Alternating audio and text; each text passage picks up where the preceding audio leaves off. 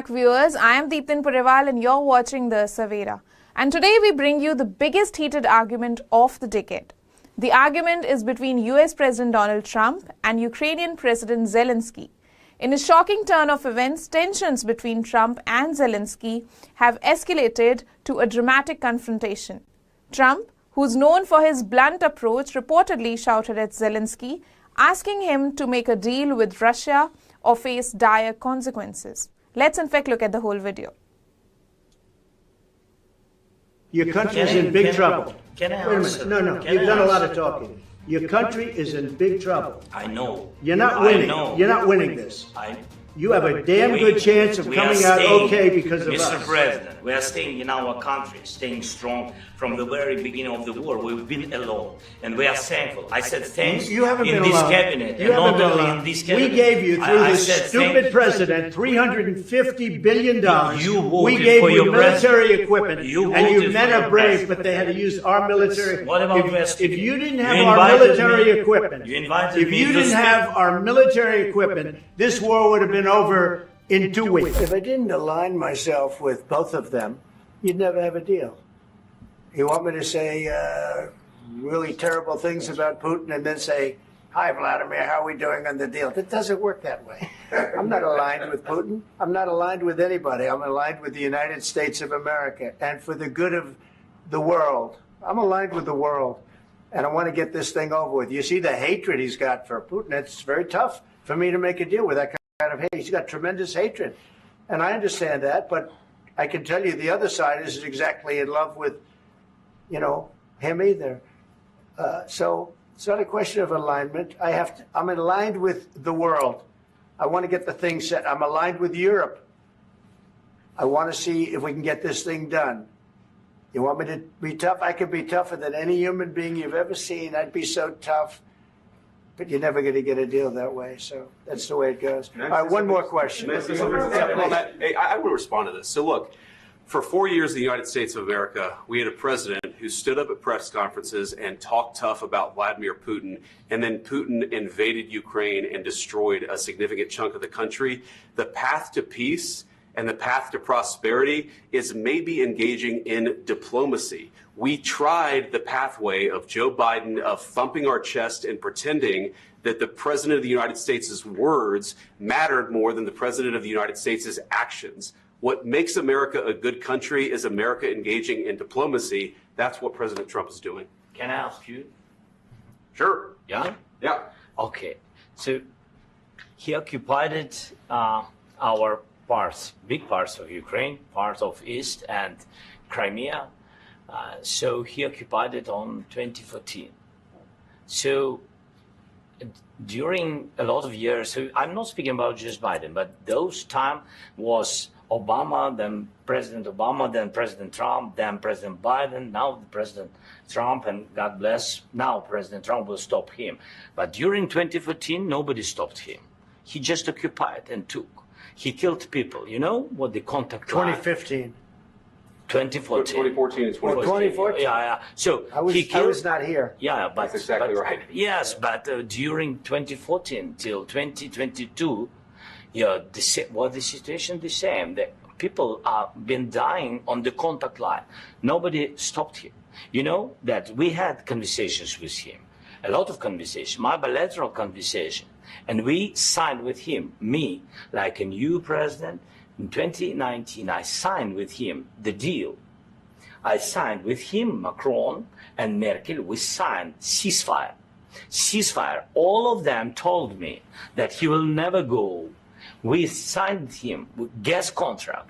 Yes, but after that, he broken this ceasefire. He killed our people and he didn't exchange prisoners. We signed the exchange of prisoners, but he didn't do it.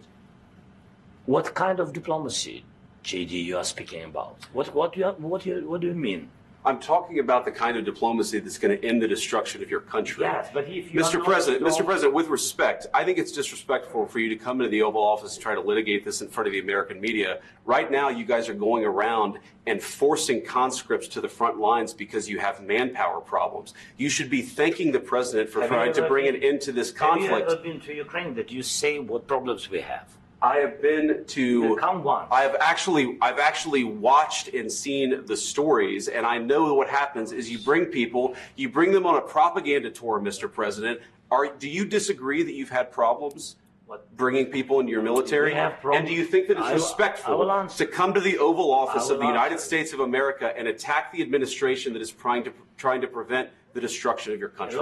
A lot of questions. Let's start from the beginning. Sure. First of all, during the war, everybody has problems. Even you, but you have nice ocean and don't feel now, but you will feel it in the future. God bless. You don't know that. God bless. God bless. You will not have war. Don't tell us what we're going to feel. We're trying to solve a problem. Don't tell us what we're going to feel. I'm not telling you. Because you're in no position to dictate that. That's Remember exactly what this. You're in no position to dictate what we're going to feel. We're going to feel very good. You will feel influenced. We're going to feel very good and very strong. You will feel influenced. You're right now not in a very good position. You've allowed yourself to be in a very bad position, and he happens to be right about it. From the very beginning of the war. You're not in a good position. You don't have the cards right now. With us, you start having cards. Right now, you don't. You're playing cards.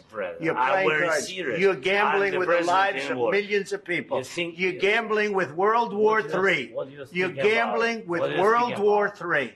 And what you're doing is very disrespectful to the country, this country. That's backed you far more than a lot of people said they should have. Have you said thank you once? This entire meeting? No, in this entire meeting, have you said thank you? You went to Pennsylvania and campaigned for the opposition in October. Offer some words of appreciation for the United States of America and the president who's trying to save your country.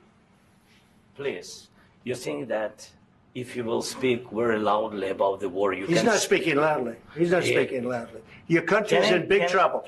Wait a minute. No. You've done a lot of talking. Your country is in big trouble. I know. You're not winning. You're not winning this. You have a damn good chance of coming out okay because of us. Mr. President, we are staying in our country, staying strong from the very beginning of the war. We've been alone, and we are thankful. I said thanks you haven't in been this alone. cabinet, you and haven't not been only alone. in this cabinet. We gave you, through this stupid president, $350 billion. You voted we gave for you your military equipment, and your men are brave, but they had to use our military. Yes. What about if you didn't have our military equipment, you invited me if you didn't have our military equipment, this war would have been over in 2 weeks. In 3 days, I heard it from Putin. In 3 days. This is something maybe new. Less. In 2 weeks. Of course, yes. It's going to be a very hard thing to do business like this. I tell you. Just say thank you. I said a lot of except that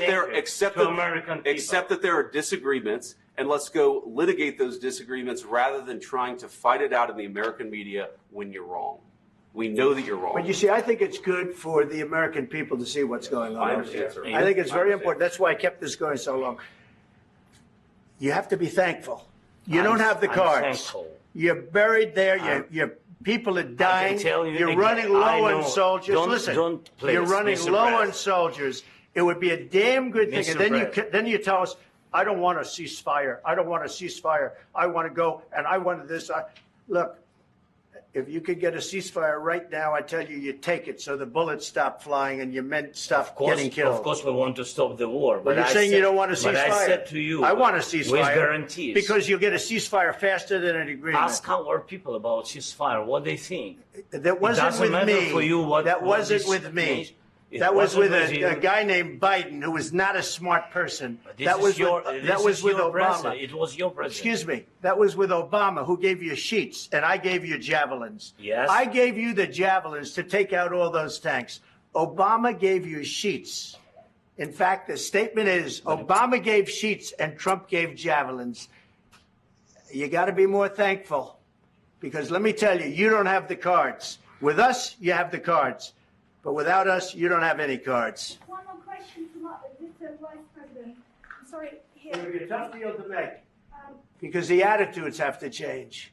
What if Russia breaks ceasefire? What if Russia breaks peace talks? What do you do then?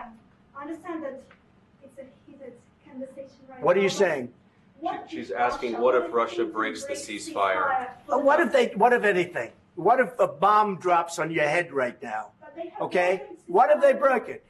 I don't know. They broke it with Biden because Biden, they didn't respect him. They didn't respect Obama.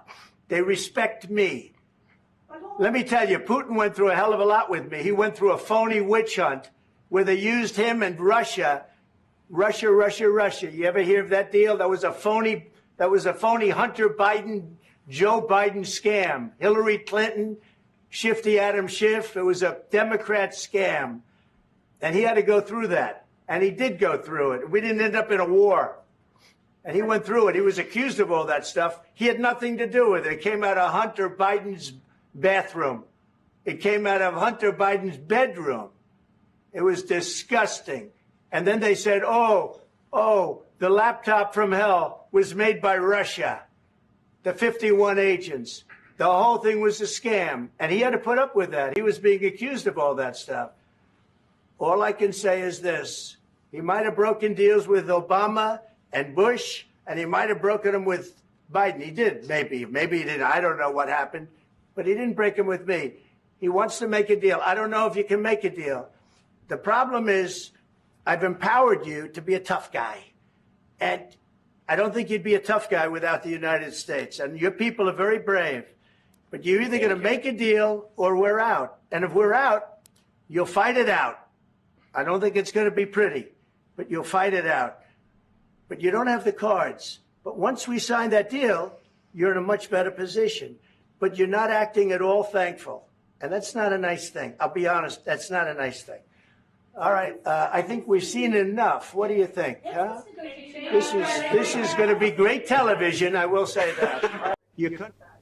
Stay tuned for more updates only on the Savera, and do like, subscribe and download the Savera app.